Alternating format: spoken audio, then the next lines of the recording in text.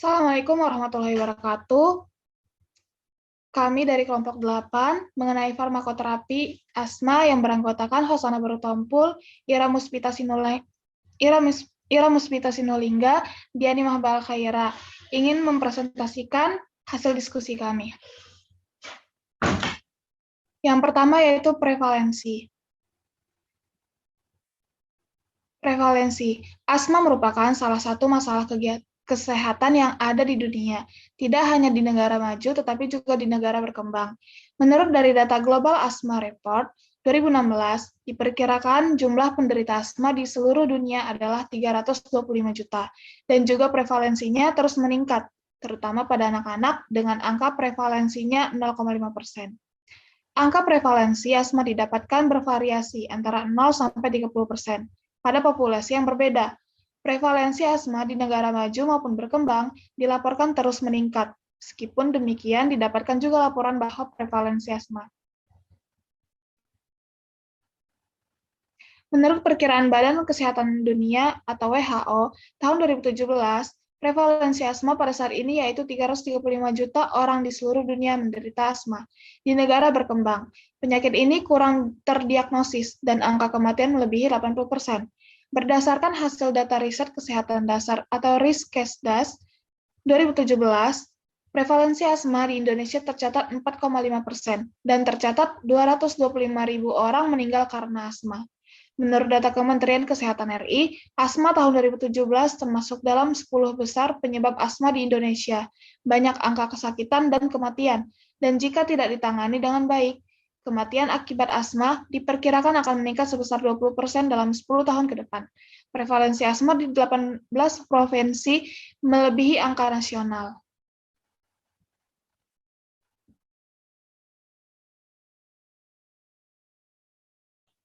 Selanjutnya yaitu patofisiologi. Penyakit asma merupakan proses inflamasi dan hiperreaktivitas saluran napas yang akan mempermudah terjadinya obstruksi jalan napas, kerusakan epitel saluran napas, gangguan saraf otonom, dan adanya perubahan pada otot polus bronkus juga diduga berperan pada proses hiperreaktivitas saluran napas. Peningkatan reaktivitas saluran nafas terjadi karena adanya inflamasi kronik yang khas dan melibatkan dinding saluran nafas, sehingga aliran udara menjadi sangat terbatas, tetapi dapat kembali secara spontan atau setelah pengobatan. Hiperreaktivitas tersebut terjadi sebagai respon terhadap berbagai macam rangsang. Dikenal dua jalur untuk mencapai keadaan tersebut, jalur imunologis yang terutama didominasi oleh IgE dan jalur saraf otonom. Pada jalur yang didominasi oleh IgE, masuknya alergen ke dalam tubuh akan diolah oleh APC atau antigen presenting cells. Kemudian hasil olahan alergen akan dikomunikasikan kepada sel TH atau T penolong, terutama TH2.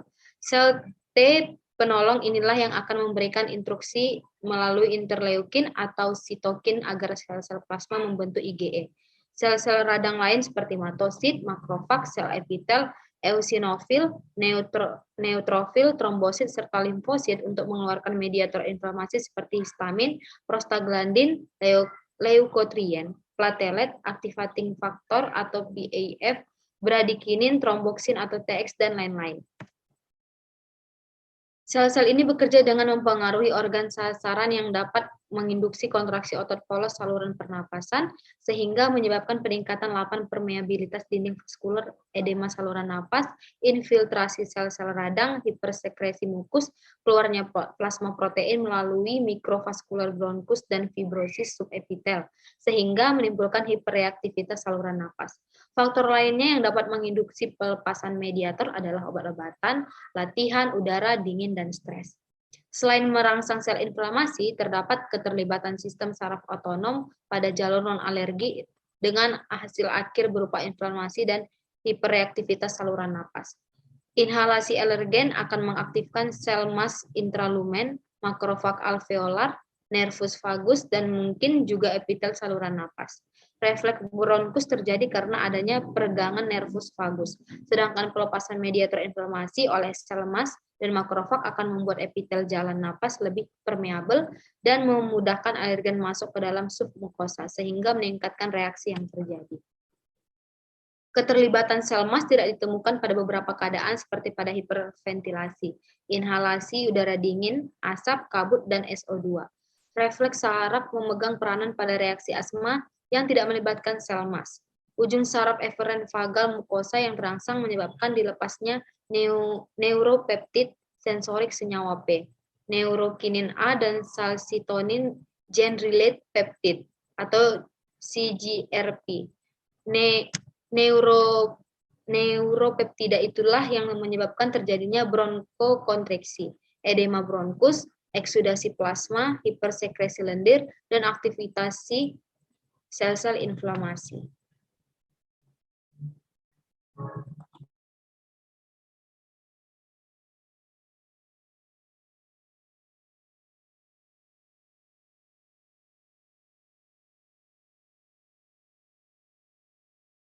Yang ketiga adalah manajemen farmakoterapi asma.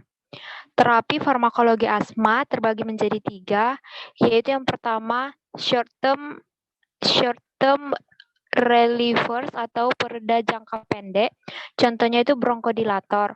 Contoh obatnya adalah B2 agonis seperti terbutolin, salbutamol, dan eformeterol. Kemudian metilsantin, contoh obatnya adalah teofilin dan aminofilin.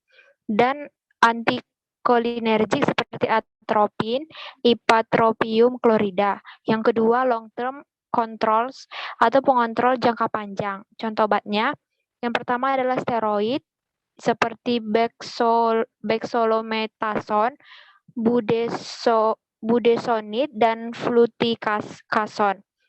Yang kedua, monsteroid seperti sodium kromogilat, nedokramil sodium. Dan yang ketiga adalah obat-obatan lain seperti antihistamin, contoh obatnya adalah ketotipen dan tiazinamide, serta ekspektoran dan mukolitis seperti ambroxol dan kalium iodida. Next.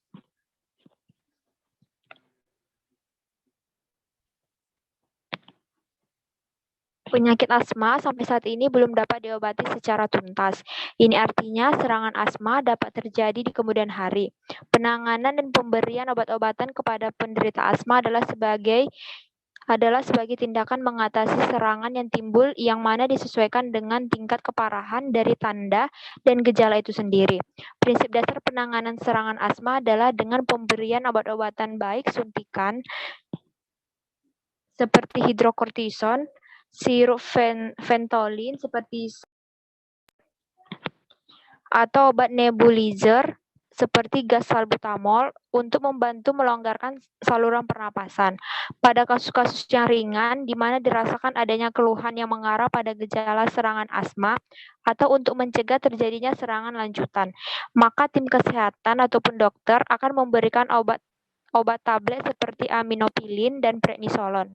Bagi penderita asma, disarankan kepada mereka untuk menyediakan atau menyimpan obat hirup seperti Ventolin inhaler dimanapun mereka berada yang dapat membantu melonggarkan saluran pernapasan di kala serangan terjadi. Next.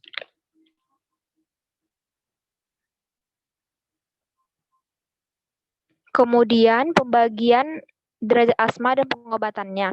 Yang pertama, intermittent. Pengobatannya tidak dibutuhkan pengobatan harian dan eksaserbasi akan terjadi dalam waktu lama dengan fungsi paru normal dan tidak ada gejala. Ketika terjadi eksaserbasi cukup diberi short acting beta agonis. Yang kedua, persisten ringan. Pengobatan utama dengan dosis rendah inhalasi kortikosteroid. Alternatif pengobatannya diberikan kromolin, leukotrien, nedokromil atau teofilin SR dengan konsentrasi serum 5-15 mcg per mililiter. Yang ketiga, persisten sedang, pengobatan utama diberikan dosis rendah sampai menengah, inhalasi kortikosteroid dan inhalasi long-acting beta-agonis. Alternatif pengobatannya untuk meningkatkan inhalasi kortikosteroid dengan range dosis sedang ataupun dosis rendah sampai tingkat inhalasi kortikosteroid dan salah satu modifikasi leukotrien atau teofilin. Dan yang terakhir adalah persisten berat. Pengobatan utama diberikan dosis tinggi inhalasi kortikosteroid dan inhalasi long-acting beta-agonis dan jika dibutuhkan, kortikosteroid tablet atau sirup diberikan 2 mg per kilogram per hari. Tidak boleh melebihi 60 mg per hari. Pemakaian berulang dapat mereduksi kortikosteroid sistemik dan untuk pemeliharaan guna kortikosteroid dosis tinggi. Sekianlah presentasi dari kelompok kami mengenai farmakoterapi asma. Mohon maaf apabila ada kesalahan dari penyampaian kelompok kami. Terima kasih.